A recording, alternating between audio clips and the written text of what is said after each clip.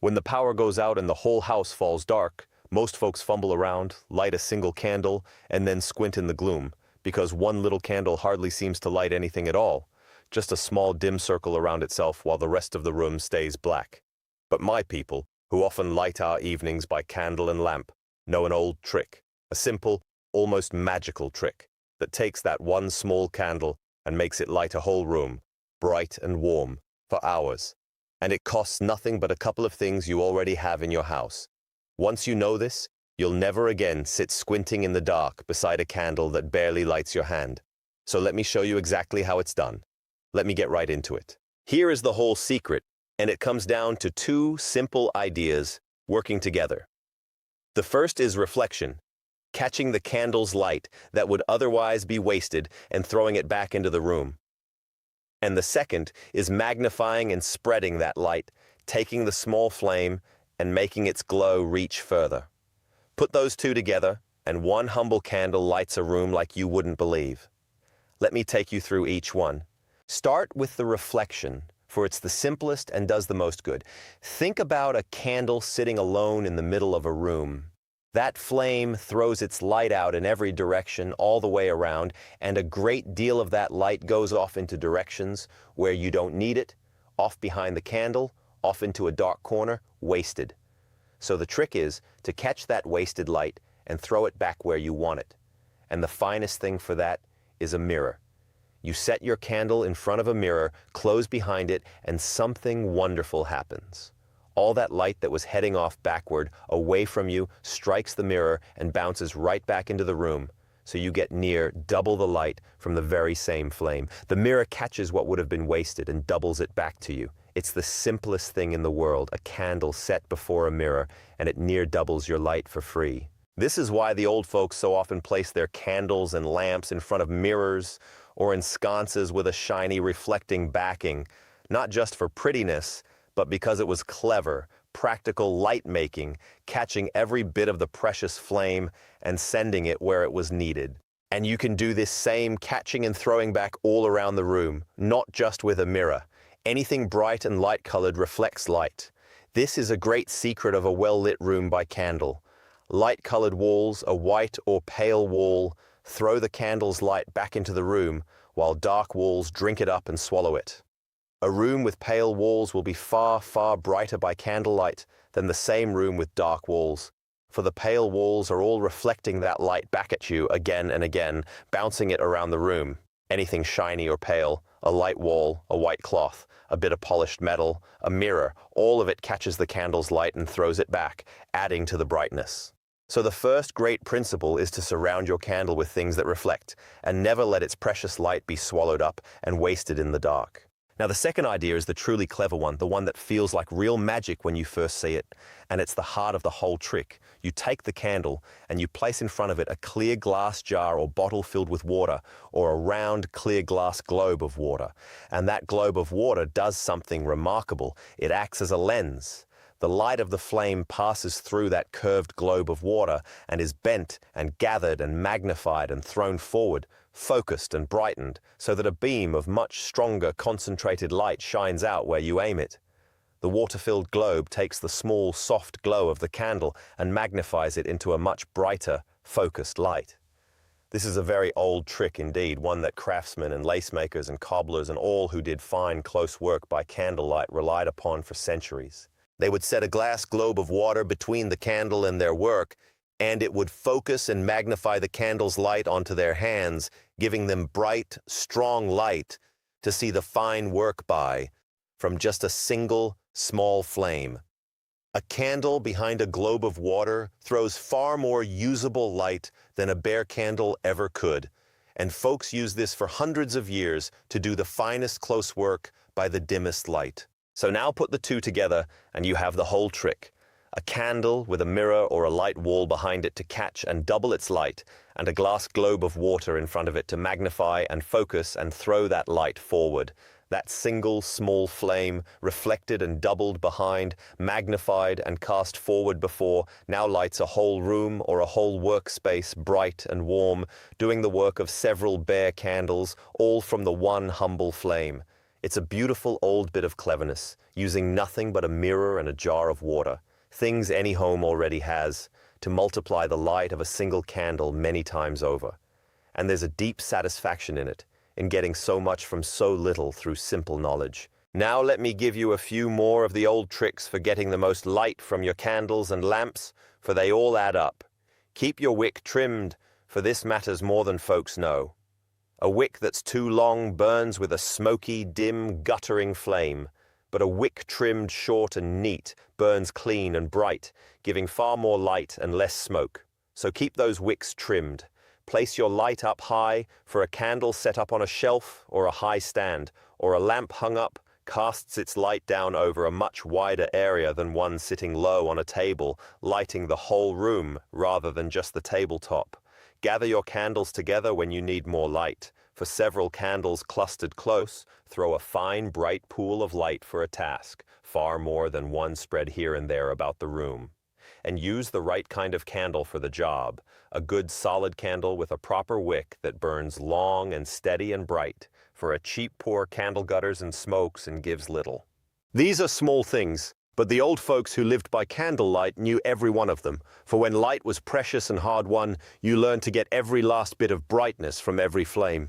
Now let me tell you a bit more about that water globe trick, the magnifying one, because it's the real gem here and I want you to be able to actually set it up. In the old days, folks had special glass globes made just for this, called by various names condensing globes or lace maker's lamps, a round, clear glass ball on a stand that you filled with water and set between the candle and your work. But you don't need anything so special. Any clear round glass vessel filled with water will do the work. A round glass jar, a clear glass bottle, especially a round one, a big clear glass globe or bowl, a round-bottomed flask. The key is that it be clear glass and filled with clean water and rounded, for it's the curve of the water that bends and gathers the light, the same way a magnifying glass bends it. The rounder and clearer, the better it focuses. And you'd be amazed when you set one of these before a candle and look at where the light falls beyond it, how much brighter and more concentrated that light becomes, a real usable pool of working light thrown out from that one small flame. Folks who did the finest, closest work, the lace makers stitching their delicate threads, the cobblers, the fine sewers, whole rooms of them would gather round a single candle, each with a water globe focusing its light onto their work, so that one candle lit the close work of many. That's how precious light was, and how cleverly they stretched it. And that same trick will light your book or your work or your room today, exactly as it did theirs. And let me say more about reflectors, for beyond the mirror there were clever old ways folks made light catchers out of the humblest things.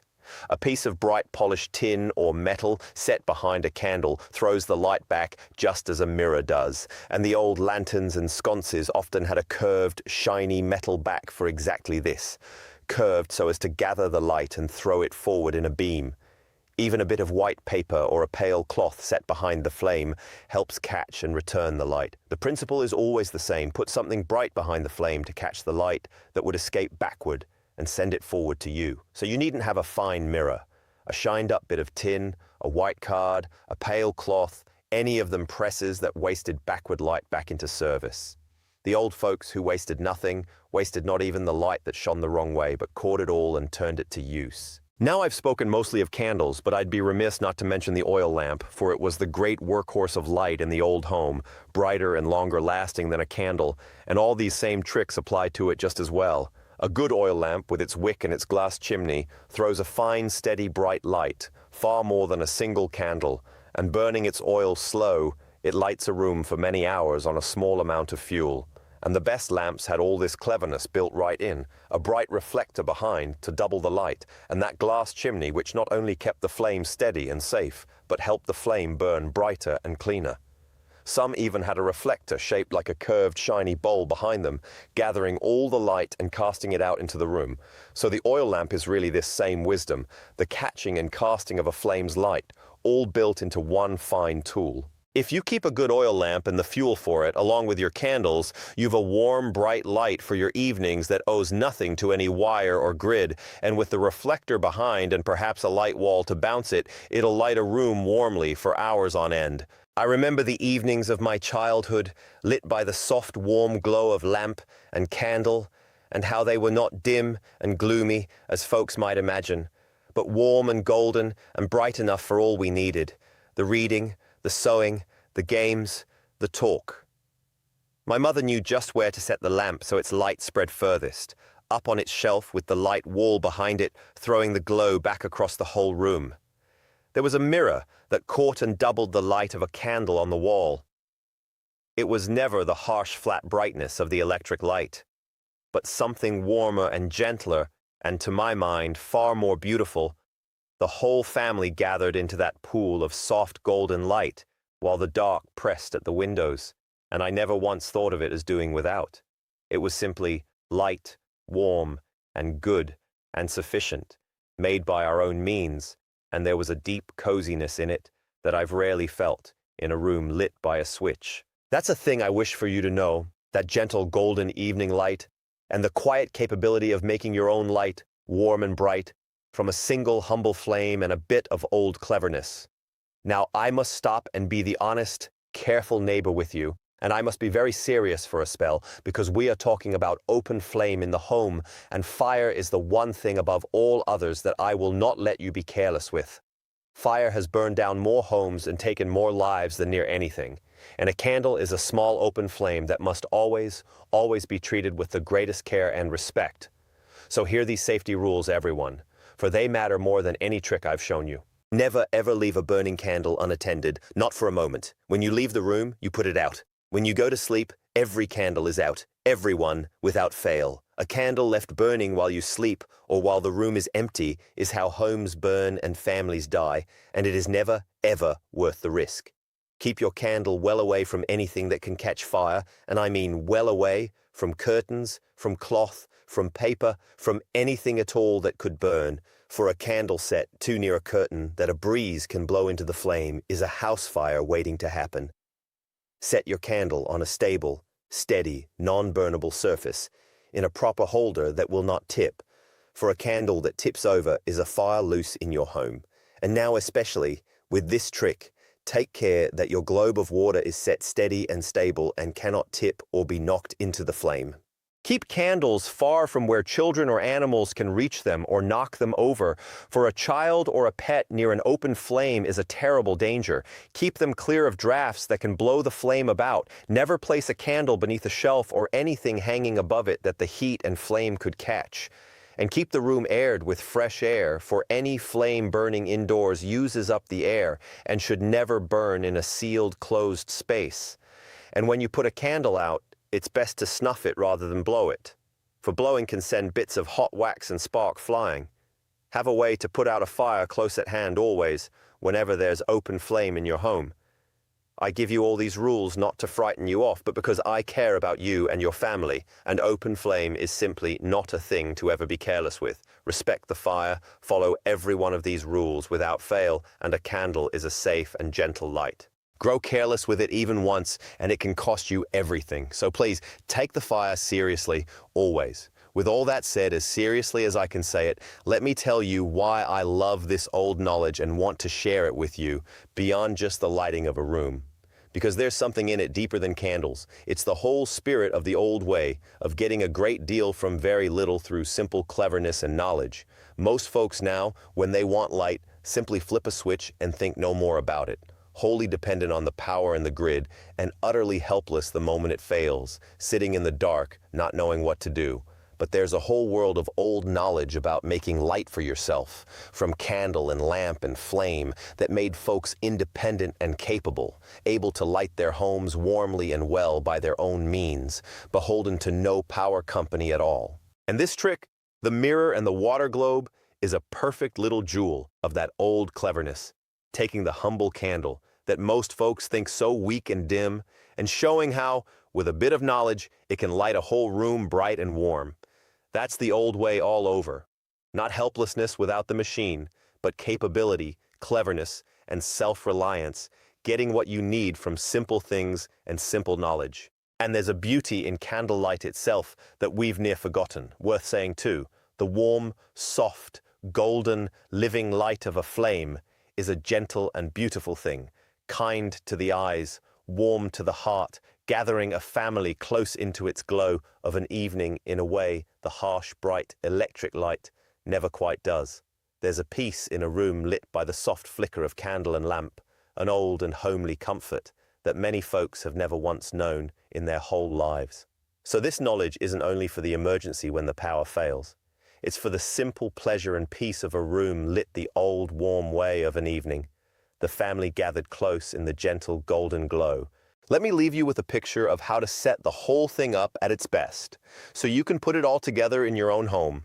Choose a good spot, up a little high if you can, a shelf or a mantle or a high stand, so the light will spread down over the whole room. Put a pale wall or a mirror behind that spot to catch and throw the light back. Set your good candle or your oil lamp there, wick trimmed neat. And set your clear water globe just in front of it, steady and stable. Aim to throw its magnified light where you most want it, onto your book, your work, or out into the room. If you've more than one candle, cluster a couple together for a brighter pool. And there you have it. One small flame doing the work of many, the light caught behind, magnified before, spread from up high, and bounced back by the pale walls, filling the room with a warm golden glow. It takes but a moment to arrange from things any home already holds, and the difference between that and one lonely candle guttering on a low table in a dark room is night and day. And it's worth asking why we ever let such clever, useful knowledge slip away. And the answer is the same as always. The electric light came, and the switch on the wall made light so easy and so thoughtless that folks simply forgot there was ever any art to it. Why learn to stretch a candle's light when the whole room floods bright at the touch of a finger? And so, one generation to the next, the old knowledge of light, the reflectors and the water globes and the trimmed wicks and the well-placed lamps quietly faded until now most folks, handed a single candle in a blackout, can do nothing but squint helplessly in the gloom. But that knowledge was never lost, only set down. And it's a small and pleasant thing to pick back up, this old art of light, and a genuinely useful one for the next time the power fails, and a beautiful one for any evening you simply wish to sit in the soft golden glow of the old way. So the next time the power fails, or the next time you simply want to know it, remember this trick. Don't just light one lonely candle and squint in the dark. Set it before a mirror or a pale wall to catch and double its light. Set a jar or globe of water before it to magnify and throw its glow. Trim your wick, set your light up high, and watch that one humble flame light your whole room, bright and warm and beautiful. And feel the quiet satisfaction of getting so much from so little, through nothing but a bit of old, simple, clever knowledge, the very knowledge our ancestors lived by every single night of their lives, and that is every bit as true and useful today as it ever was. If this is the kind of clever old wisdom you've been hungry for, the kind that makes you capable and self-reliant and connects you back to the good sense of those who came before, then stay here with me. There's so much more where this came from, and I aim to bring it back to you, one piece at a time. Subscribe, and we'll keep remembering the old ways together, because some of the most useful things we ever knew are the simple ones we let ourselves forget, and the making of good warm light from a single humble flame is surely one of them.